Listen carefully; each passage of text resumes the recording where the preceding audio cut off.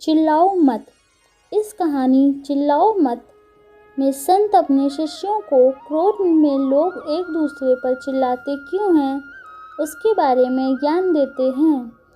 एक हिंदू संत अपने कुछ शिष्यों के साथ गंगा नदी के तट पर स्नान करने के लिए जाते हैं।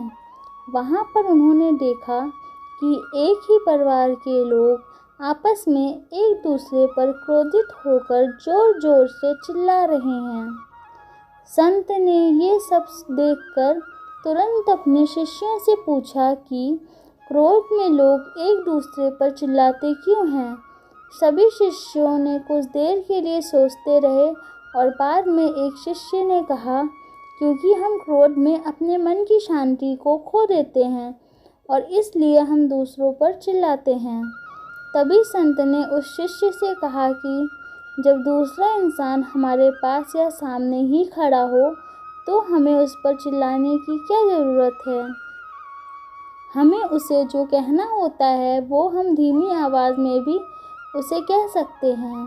वो शिष्य संत की इस बात का जवाब नहीं दे पाया। दूसरे कुछ शिष्यों ने भी इसका जवाब देने का प्रयास किया किंतु उनकी बात से बाकी लोग संतुष्ट नहीं हुए। अंत में सभी शिष्यों ने संत से कहा कि आप ही हमें समझाएं। संत ने समझाया कि जब दो लोग एक दूसरे से नाराज़ होते हैं तब उन दोनों के दिल एक दूसरे से दूर हो जाते हैं।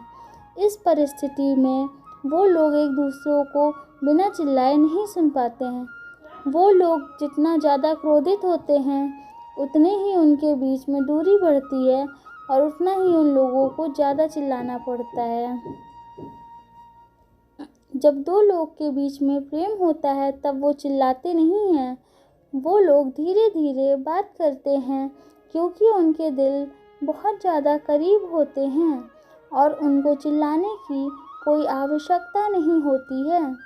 जब वे एक दूसरे को हद से भी अधिक चाहने लगते हैं तब वे बोलते भी नहीं हैं। वे तो सिर्फ एक दूसरे की तरफ देखते हैं और सामने वाला क्या करना चाहता है वे समझ जाते हैं।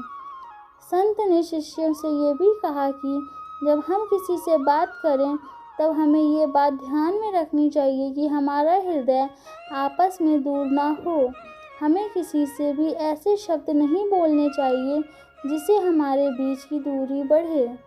हमें चर्चा करनी चाहिए, बातें भी करनी चाहिए, लेकिन चिल्लाना नहीं चाहिए।